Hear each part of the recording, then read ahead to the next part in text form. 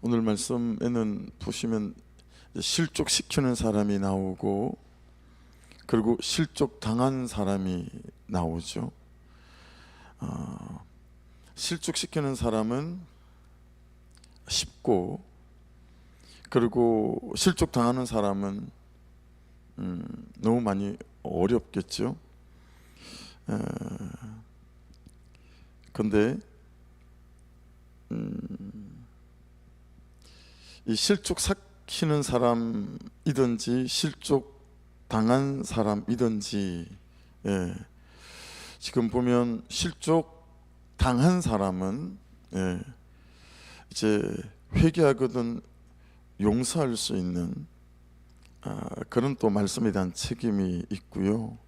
그리고 실족시킨 사람은 또 하루 7번이라도 회개하는, 그러니까 실족시키는 사람도 회개에 걸려 있고 또 실족당한 사람도 회개에 걸려 있다라고 하는 것을 알 수 있습니다.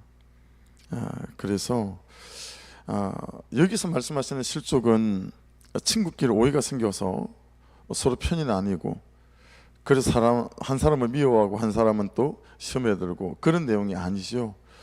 뭐 교회에서나 목장에서 그냥 생각 없이 한마디 툭 내뱉은 말이 그만 그 사람의 마음을 상하게 만들어서 목장도 참여하지 않고 또 말도 잘하지 않은 관계, 그런 차원의 실족이 아니다라고 하는 것을 알 수 있습니다. 예를 들어서 우리가 그 사람이 무슨 죄를 지었는지 모르지만 야, 벌금을 3만 원이나 냈어? 그럼 우리는 어떻게 생각합니까? 혹시 길에다가 아니면 뭐 신호등 이렇게 아닌데 건너다가 경범죄로 걸렸나? 뭐 이런 생각을 하기가 쉽잖아요. 그런데 세상의 판사가 벌금을 매득을 때리고 또 10년을 징역사를 선고하고, 그러면 이건 예사롭지가 않은 거잖아요. 여러분, 지금 본문 말씀에 나오는 이 사람은 죄의 구체적인 목록은 없어요. 그래서 우리가 이 사람이 무슨 죄를 지었는지는 잘 몰라요. 그런데 그 결과로 누군가 실족하게 된 거예요. 근데 실족하게 만든 내가 치러야 하는 값을 보면 차라리 낙이 맷돌을 메고 바다에 던져지는 것이 나으리라. 이게 비유이니까 그렇게 하라는 것이 아니라 그럴 정도로 이 실족시킨 것이 대단히 무거운 것이다 라고 하는 거죠. 그래서 여기 실족은 한 영혼의 영혼 구원과 연결되어져 있다라고 하는 것을 알 수 있습니다. 오늘 묵상 말씀 1절에서부터 4절까지 이 실족과 용서에 대한 부분은 그래서 구원에 대한 말씀임을 알 수 있다라고 하는 거죠. 지금 이 현장에서 말씀을 듣는 사람들이 누구이길래 예수님은 실족하는 것이 있을 수는 없으나 말씀해 놓으시고도 그럴 수 있는 일이야, 그래 놓고도 이렇게 무겁고 엄하게 말씀하시는 걸까요? 1절에 보시면 예수께서 제자들에게 이르시되, 제자들이죠 지금 이 말씀의 청중이. 그리고 5절에 가보시면 이건 사도들이 주께 여짜오되 말씀합니다. 그러니까 사도들입니다. 뭐 제자들이고 사도들이니까 우리는 포함되지 않겠지라고 할 수 있겠으나, 제자라고 하는 마데테스라는 개념은 예수로 나의 구주로 믿기로 작정한 모든 사람들이 포함되어지는 거니까요. 제자라고 하는 것은 이제 예수님의 목적을 내 삶의 이유가 되기로 결정한 사람들이고, 또 예수님의 삶의 방식을 나의 삶의 방식으로 받아들였고 또 받아들이고 있고 받아들이려는 모든 사람들이기 때문에 지금 1절에 말씀하시는 제자나 5절에 말씀하시는 사도들 안에 동일하게 우리가 포함되어져 있다라고 하는 것을 알 수 있습니다. 한마디로 제자들도 사도들도 오늘 예수를 믿는 우리도 구원받은 자로 구원을 위해 사는 자이기 때문에 한 영혼이 구원을 실족하게 하는 일은 그만큼 무겁고 엄한 일이다 라고 하는 것을 말씀하고 있는 거죠. 그러니까 이건 뭐 성별에 또는 나이와 관계 없는 것 같아요. 뭐 직업이 무엇이든 예외가 없는 거죠. 의사이지만 의사를 통해서, 의사라는 직업을 통해서 구원을 받아야 되는 사람이고 뿐만 아니라 구원을 위해 사는 사람이어야 된다라고 하는 거죠. 무슨 직업과 관계없이 전업주부이지만 아내와 엄마의 자리에서 구원을 받아야 하는 사람이고 구원을 위해 사는 사람이어야 한다라고 하는 거죠. 공부를 하는 이유도, 더 건강해야 하는 이유도, 더 시간과 세월을 아껴야 되는 이유도 구원을 위해서 사는 사람이기 때문이다 라고 하는 거죠. 그래서 여러분, 대단히 소극적으로는 내가 누구에게 그렇게 한 거, 이걸 말씀하실 수 있으나 좀 적극적으로 말하면 우리가 어제 그제 말씀을 나눌 때 그랬던 것처럼 이제 도대체 어제 말씀에서 부자가 누구냐 할 때 나다. 그러면 거지 나서로는 누구냐 했을 때 지금의 나의 현재 나의 현실, 그렇죠? 뭐 이런 것들이 이 거지 안에 포함되어 수 있다라고 우리가 말했던 것처럼 그렇게 구원을 받은 사람으로 그 구원을 위해 살아야 하는 사람에게 예수님께서 뭐라고 말씀하시냐면 3절을 다시 한번 같이 읽어보겠습니다. 3절, 너희는 스스로 조심하라. 만일 내 형제가 죄를 범하거든 경고하고 회개하거든 용서해야 한다. 왜냐하면 이게 구원의 관계에 두어지는 일도여서 그렇습니다. 그렇죠? 거기 여러분 스스로라는 단어 있죠. 거기 동그라미를 한번 쳐보시면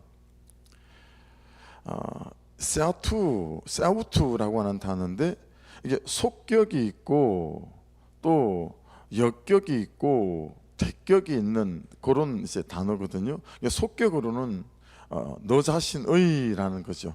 역격으로는 너 자신에게라고 하는 거고 대격으로는 너 자신을이라고 하는 뜻을 갖고 있어요. 그러니까 속격이란 말은 이런 거죠. 이것은 내 동생의 가방이다 할 때 동생의에서 이 의가 속격이에요. 소유가 관계가 되어지는 말이에요. 구원은 하나님의 것이다라고 하는 거죠. 내가 주고 말고 할 수 있는 게 아닙니다. 그렇죠? 그래서 구원이 내게 왔습니다라고 말합니다. 하나님의 은혜로 말이죠. 나는 하나님의 것입니다. 내 인생도 하나님의 것입니다. 나는 하나님께 속한 것입니다. 무섭지만 두려워할 이유가 없는 것이 하나님 제가 아버지의 것입니다라고 할 때 그게 진심으로 고백이 될 때 그렇게 커 보이던 삶의 문제와 염려도 싸워볼 만한, 덤벼볼 만한 그런 일들이 되어질 수 있다라고 하는 것이죠. 내가 나를 도무지 나 같은 사람으로는 안 될 것 같아 보였는데 내가 아버지의 것이니, 이게 속격의 중요한 의미예요. 내가 아버지의 것이니 아버지께서 나를 살리고 고치시고 나를 세우시고 쓸 것이다 라고 하는 거죠. 그래서 구원에 있어서 아버지의 것이다 라고 하는 속격은 대단히 중요한 의미가 있습니다. 마찬가지로 그도 하나님의 것이다 라고 하는 거죠. 그도 하나님의 것이다. 그래서 하루에 7번이나 계속 죄를 지었어요. 근데도 회개하고 용서를 구할 때는 용서해 줘야 될 이유가 어디 있는 거냐면 그도 하나님의 것이다 라고 하는 거죠. 이것 말고 저에게나 그에게나 어떤 소망이 있을 수 있겠습니까? 그 아들도 그 딸도 그 남편도 그 사람도 하나님의 것이다 라고 하는 거죠. 그래서 우리는 그 사람들을 기도로 하나님께 가져가고 기도를 하나님께 맡깁니다. 하나님 하실 때까지 섬기고 사랑하고 버티고 참고 기다린다라고 하는 거죠. 어떻게 해요? 믿는 구석이 있는 거죠. 하나님의 것, 그렇죠? 이 믿는 구석 때문에 그러합니다. 역격이란 말은 내가 언니에게 책을 주었다 할 때 언니에게가 역격이에요. 나는 언니에게 구원을 주었다. 내가 구원을 주는 것도 아니게 말이 이렇게 되어지면 좀 이상하죠. 예를 들면 그렇다라고 하는 거죠. 주님이 나에게 구원을 주셨다. 이것이 바울의 감격이었고 베드로의 감격이었고 오순절 마가의 다락방의 감격이었어요. 주님은 우리에게 구원을 주셨습니다. 이 땅에 사는 동안에도 구원을 주셨고 이 땅에서 삶이 끝나고 영원한 삶에서도 구원을 주셨습니다. 주님이 주신 것이라 이제 이 구원이 부도가 나지 않는 거죠. 여러분, 나의 구원은 주님에게 받은 거다라고 하는 것이죠. 그러니 사람이 손댈 수 없다라고 하는 것이죠. 이 구원은 절대로 우리에게 거짓말을 하지 않는다라고 하는 것입니다. 이 구원은 병에서 낫는 것도 그죠? 구원이죠. 병을 이기는 구원도 주시고 병과 싸우는 구원도 주시고 이 지쳐가는 삶과의 싸움에서 버티고 견디고 이기는 구원도 주셨습니다. 다시 한번 말씀드리면, 주님이 나에게 구원을 주셨다. 주님이 우리 자녀에게 구원을 주셨다. 주님이 우리 가정에게 구원을 주셨다. 주님이 내 남편에게 구원을 주셨다. 이 구원을 나는 누구에게 그럼 주고 사는가? 나는 요즘 누구에게 구원을 주기 위해 사는가와 대격이 연결되어서요.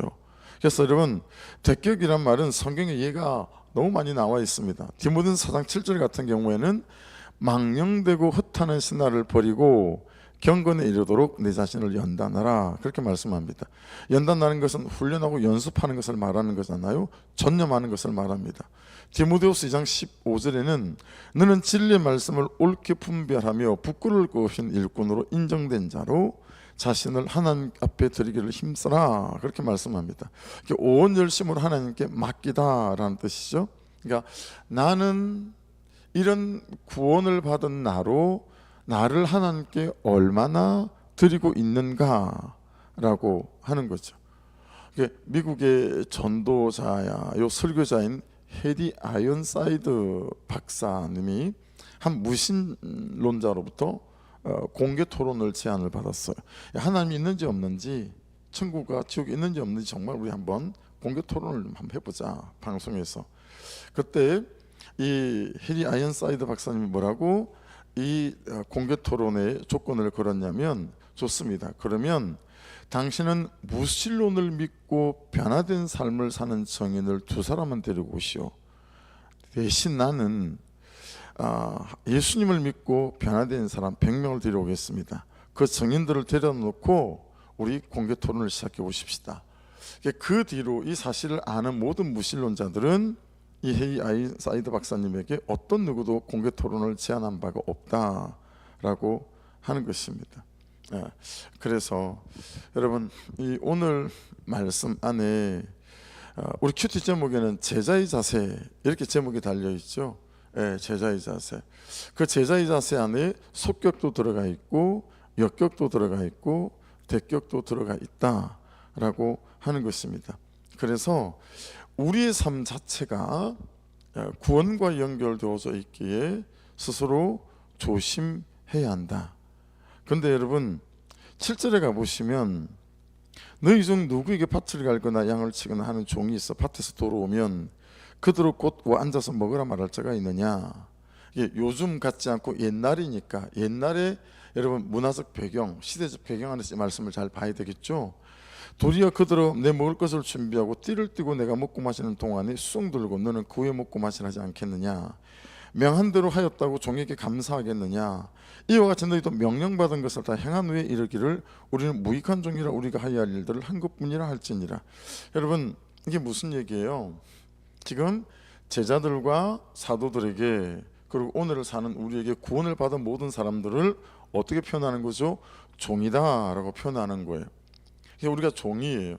그래서 참 누군가의 구원을 위해서 하나님께서 만일에 세운 사람이라고 한다면, 요즘 여러분들이 살아내고 받아내고 있는 것처럼 어떤 누구는 내 자신을 받아내고, 어떤 누구는 남편을, 아내를, 또는 시부모님을, 또는 자녀들을, 또는 친구를, 며느님을, 다양한 우리의 삶의 처소와 역할에서 받아내는 사람이 있잖아요. 근데 그 받아내는 사람이 누구예요?